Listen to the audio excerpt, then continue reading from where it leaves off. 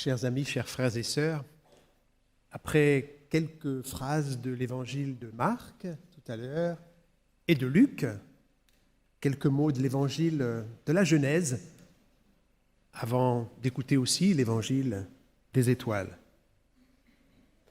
Dieu dit encore que les eaux grouillent d'une foule d'êtres vivants et que les oiseaux s'envolent dans les cieux au-dessus de la terre. Dieu créa les grands monstres marins et toutes les espèces d'animaux qui se faufilent et grouillent dans l'eau, de même que toutes les espèces d'oiseaux. Et Dieu vit que c'était une bonne chose. Dieu les bénit en disant que tout ce qui vit dans l'eau soit fécond, devienne nombreux et peuple les mers, et que les oiseaux deviennent nombreux sur la terre. Le soir vint, puis le matin. Ce fut la 5e journée. Dieu dit encore que la terre produise toutes les espèces de bêtes, animaux domestiques, petites bêtes et animaux sauvages de chaque espèce. Et il en fut ainsi.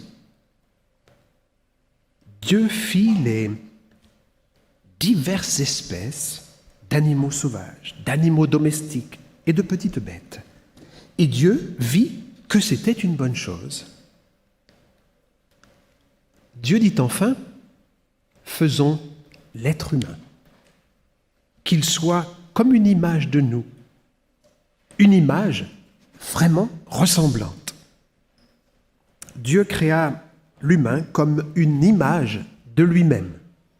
Il le créa à l'image de Dieu, il les créa hommes et femmes. Puis, il les bénit. Voilà un merveilleux évangile où l'on voit que Dieu s'émerveille. Un Dieu très enthousiaste, un Dieu dont l'enthousiasme fait même l'objet de beaucoup de répétitions. Vous l'avez entendu dans ce court extrait. Le Créateur prend soin et prend le temps de le dire qu'il s'émerveille. Il nomme ce qu'il apprécie, ce qu'il chérit. C'est un récit, oui, un évangile, une bonne nouvelle, où l'on voit un Dieu d'une générosité, mais pas n'importe laquelle, une générosité qui apprécie, une générosité appréciative, dans les gestes, des attitudes, des paroles, qui affirment beaucoup de valeurs. La valeur de tout le créé, végétal, animal, minéral, humain. C'est-à-dire la valeur de ce qui n'est pas lui, Dieu, au fond. La valeur de l'autre en face. La valeur, mais aussi la dignité, ce qu'il y a d'unique dans chaque chose, dans chaque être, dans cette merveilleuse aventure de la création qui a abouti à chaque fleur, à chaque papillon, chaque étoile, chaque femme, à chaque homme. Le créé est présenté là comme absolument inimitable, irremplaçable, unique, spécifique, particulier. Au fond, être à l'écoute du récit de la création, c'est apprendre, vous et moi, à l'admirer, cette unicité, cette singularité, cette beauté-là, qui est là et qui est nulle part ailleurs, même si ça se ressemble. Apprendre à l'admirer, à le valoriser, l'unique, à le reconnaître. Et tout ça, très décontracté de la part de Dieu. Quand je dis décontracté, c'est que Dieu ne craint pas du tout, en admirant ce qui n'est pas lui, de se renier. Vous inquiétez pas pour moi, je demeure Dieu. Ne soyez pas inquiets, je le suis Dieu, je le demeure, alors même que j'exprime ma joie profonde à la vue de la beauté de choses et d'êtres qui ne sont pas moi. Cette peur-là, qui nous habite parfois, de valoriser, nous habite et habite le cœur de beaucoup d'êtres humains.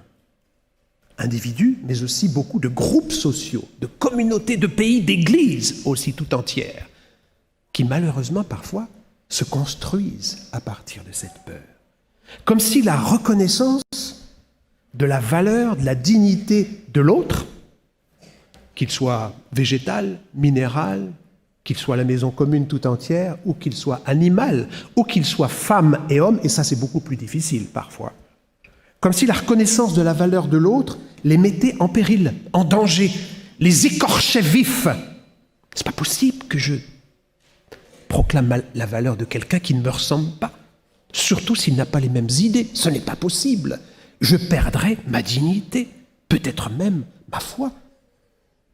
Vais-je survivre? Existerons-nous encore longtemps en reconnaissant la beauté de ce qui ne nous est pas familier, étranger, différent? Dans les paroles des évangiles que nous avons ce matin écoutées, nous voyons des paroles qui nous appellent vigoureusement, à travers le récit de Jésus et de cette dame, à honorer vigoureusement la particularité. C'est une femme unique, il n'y en a pas eu avant, il n'y en a pas eu après, il n'y en a pas eu pendant. Il n'en existera plus jamais des comme elle, des qui ressemblent peut-être. Mais ce type d'adoration-là, Jésus ne l'a vécu, Dieu ne l'a vécu qu'une seule fois, dans sa radicale, unique, irremplaçable, irréductible, radicale singularité. Et Jésus, à l'inverse des gens qui sont là dans les récits, incarne cet esprit, cette volonté d'émerveillement, de célébration de l'unique. C'est beau ça de la part de Jésus, surtout que Jésus représente Dieu, bien sûr. À l'inverse du public qui est là aussi comme lui, invité à ce repas de Béthanie chez Simon, Jésus ne cesse de valoriser cette dame, de la reconnaître, et publiquement. Et c'est ce qui les choque. Mais ça n'allait pas de soi. Et nous l'avons entendu dans le récit que ça n'allait pas de soi. Les textes nous révèlent en effet des mots, des attitudes qui, au contraire, repoussent, refoulent cette particularité. La méprise, la noie dans les clichés. La Bible nous montre des humains, effectivement, là, dans ces scènes, des humains sans humanité, qui ne savent se définir qu'à travers ce qu'ils excluent. Ça, c'est pas moi. Alors, puisque c'est pas moi, je suis en train de te dire ce que je suis finalement. Des humains sans humanité qui se constituent en se différenciant, qui construisent leur appartenance personnelle, communautaire, en fabriquant finalement des étrangers à eux-mêmes, qu'ils chercheront soit à absorber, récupérer, pour faire d'eux des copier-coller de ce qu'ils sont, ou bien qu'ils ignoreront et isoleront. C'est tellement merveilleux de lire les évangiles qui sont là pour nous apprendre, tout au contraire, à résister à cette maladie, cette grave pathologie de la conformité. Une maladie qui ne donne finalement le droit d'exister que identique, enfermé dans une définition. L'Évangile prend soin de célébrer en chacun de nous ce qu'il y a d'unique. Et les textes que nous avons lus, très fragmentairement, c'est vrai, fourmillent de reconnaissance, de valorisation, une grande abondance. En mangeant à sa table, et c'est quelque chose de beaucoup plus profond comme geste, manger à la table de quelqu'un, que ça ne l'est aujourd'hui, même si c'est très joli, très beau et très bon aujourd'hui aussi, et socialement fantastique. À l'époque, ça avait une importance encore plus profonde. En mangeant à sa table, Jésus reconnaît ce lépreux, nommé de cette manière par le narrateur. Il reconnaît la femme, il reconnaît son geste, j'allais dire extravagant, en tout cas très surprenant, par lequel elle veut aussi, à sa façon, répondre à la mesure de la magnifique reconnaissance dont elle est l'objet à travers Jésus. Et les croyants, c'est-à-dire nous finalement, dans l'avenir, le texte nous dit qu'ils reconnaîtront le geste de cette personne. Jésus est en train de la guérir, cette femme, admirablement, d'une violence qui ne la reconnaît pas, qui ne s'intéresse qu'à la prise en faute. Jésus, tout au contraire, élève cette dame. Alors c'est sûr, l'étrangeté de son geste, on parlait de liturgie tout à l'heure, c'en est une au fond. Hein. C'est un repas d'adoration pour elle, hein, de vénération du Christ, très étrange bien sûr, et pourtant Jésus l'accueille, ce geste, et en fait l'éloge dans des termes très, je le souligne, rares dans le Nouveau Testament, parce que la formulation n'existe que 2 fois, ici, et la seconde, et donc dernière, ça se trouve dans Acte 10, où il est dit, et c'est un ange qui parle. Une fois c'est Jésus, une fois c'est un ange. Donc vous voyez que l'éloge provient de personnes vraiment tout à fait admirables. Tes prières et tes largesses sont dressées en mémorial devant Dieu. C'est ce que l'ange, entrant chez Corneille, ce que Pierre refuse, bien sûr, puisqu'il est autre. Comment est-ce qu'on va rentrer chez quelqu'un d'autre? C'est pas possible, ça. Je peux quand même me renier, moi, l'apôtre Pierre. Ces mots adressés par un ange à un non-chrétien, un non-juif, Corneille, un officier romain d'occupation. Non seulement, pour revenir au texte, non seulement Jésus redonne de la dignité à cette dame, mais il universalise son geste, son recueillement, hors norme, puisqu'il nous dit que, à nous lecteurs, que nous allons aussi témoigner de cette unicité et louer cette femme à notre tour. Jésus accueille la liberté totale, radicale, d'un chemin de foi qui est le sien à cette dame, qui n'a jamais été le mien, qui ne le sera probablement jamais, à l'image d'aucun système, aucun standard, aucun moule. Il reconnaît à cette dame une grande dignité à être, au fond, la seule à vivre la spiritualité de cette manière, à la penser de cette façon. Une spiritualité qui la rend inclassable, incapable d'être enfermée, clôturée dans aucune catégorie, étrangère, cette dame, à toute classification. Et Jésus dit, chapeau, fantastique, je suis touché. Une liturgie inhabituelle, exotique, et son pardon à Jésus est lui aussi hors norme, son pardon. Si on s'en tient au récit évangélique, Jésus prononce sa bénédiction, va en paix et affirme son pardon. Ça choque les gens d'ailleurs, vous l'avez entendu tout à l'heure, sur le témoignage de rien du tout au niveau des mots. Pas de mots convenus, pas de mots tout préfabriqués en plastique. Seigneur, je te demande pardon du fond du cœur et tout cela. Non. Sur le témoignage d'un rituel bien silencieux, pas de mots. L'attitude, finalement, les gestes de cette femme semblent suffire amplement à Jésus. Je n'ai pas besoin de plus que cela. Elle a tout dit en ne disant rien.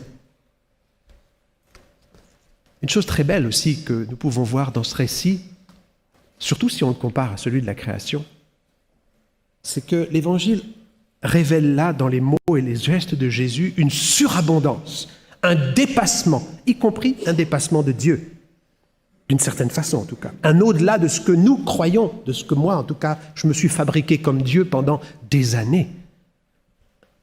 Un au-delà de Dieu. Tout à l'heure, on a lu quelques mots du récit de la création. Alors, lorsqu'on voit Jésus valoriser la particularité d'une dame comme celle-là, on serait tenté de faire vite le rapprochement. Oui, bien sûr, il prend le chemin tout tracé du Créateur qui lui aussi a toujours dit, on le répète depuis des milliers d'années dans le récit de la création, c'était bon, c'était beau, c'était magnifique, c'était sublime, et c'était même très bon. Sauf que, on n'est pas dans le jardin d'Éden. On est dans un milieu pas facile, coriace, violent même, verbalement. Et c'est en cela que Jésus, finalement, surpasse même le récit de la création. Parce que le récit de la création parle d'un Dieu admiratif, avec une générosité très appréciative, je l'ai dit, mais qui met en scène des êtres édéniques, des êtres tout à fait idéaux, tout propres, tout bio, parfaits. Alors bien sûr, il ne faut pas dire, et c'est pas ce que j'ai envie de vous prêcher ce matin, que la bonté de Jésus surpasse la bonté du Créateur. Pas du tout.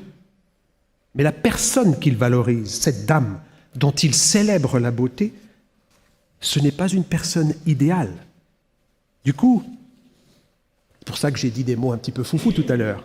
Aussi fou que cette remarque puisse sembler, la bonté de Dieu s'y perçoit comme au-dessus de la bonté de Dieu.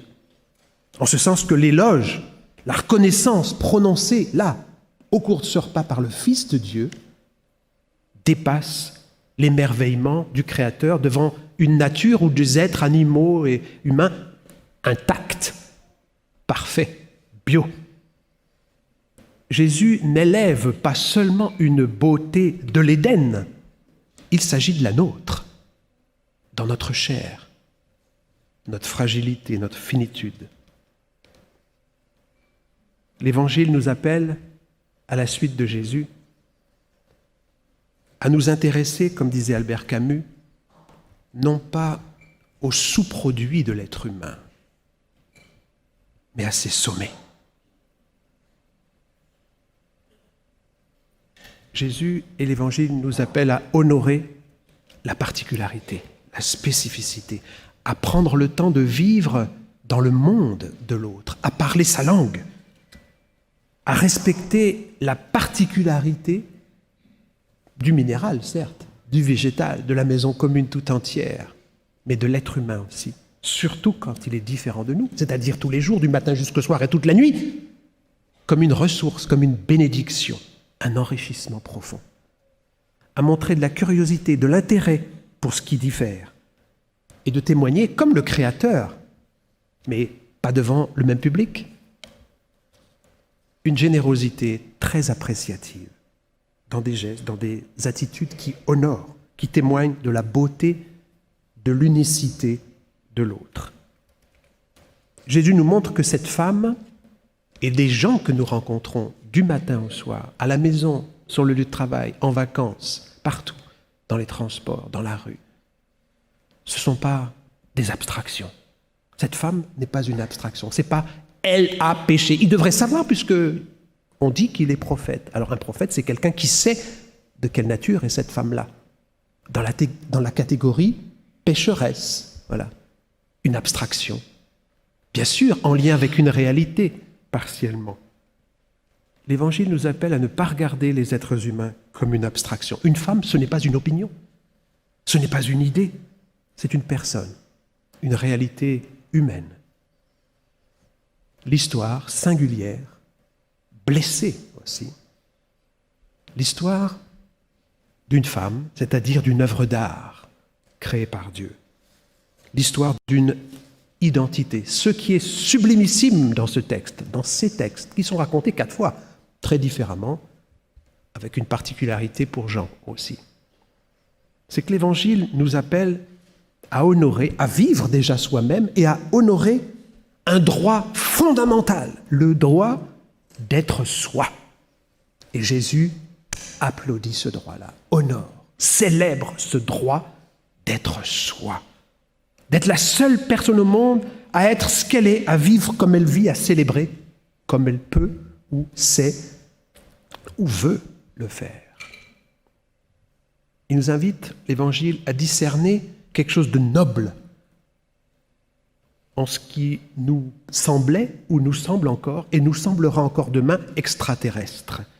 Pas toujours simple. Mais l'Évangile nous pose quand même une question, même si ce n'est pas simple, d'honorer ce qui nous semble tellement différent, tellement extraterrestre, tellement peu familier. La question, c'est de savoir si nous voulons grandir ou si nous préférons laisser notre humanité au point où elle est aujourd'hui, la laisser tranquillement consommer sa propre fabrication. Je crois sincèrement, en lisant ces pages magnifiques de la création et aussi de l'Évangile, que nous avons été créés, en effet, avec une disposition mise dans notre cœur par Dieu, à nous laisser enrichir, à nous laisser grandir au moyen de ce qui n'est pas nous, à nous diriger vers des territoires, on va dire ça comme ça, où rencontrer l'autre, c'est une grâce, une ressource, une bénédiction.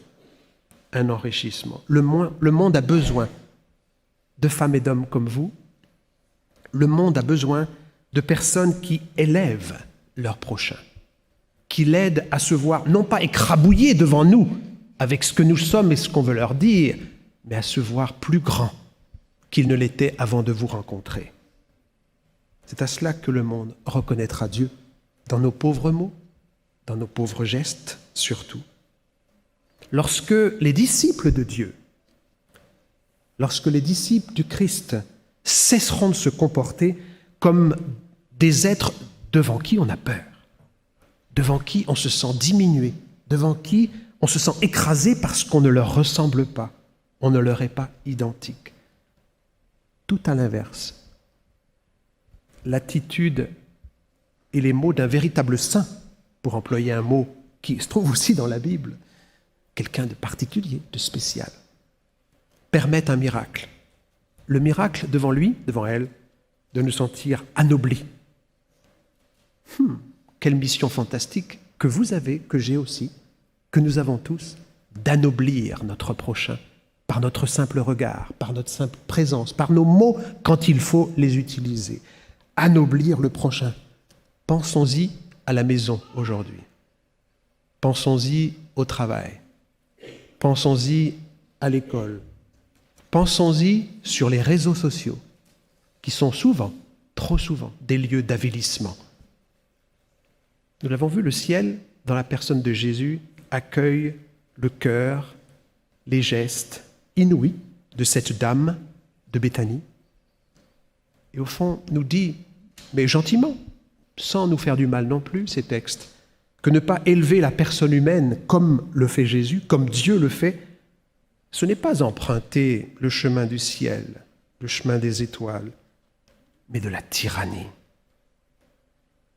le chemin de la mort. On peut tuer quelqu'un en ne lui révélant pas sa beauté, en ne voyant que ses faiblesses. On peut assassiner des êtres humains par notre silence, par nos mots, qui ne sont pas des mots, qui anoblissent, qui crucifient la singularité.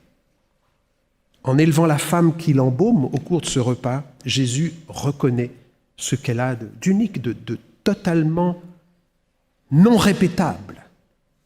C'est un accueil inconditionnel. C'est une bénédiction de Dieu radicale.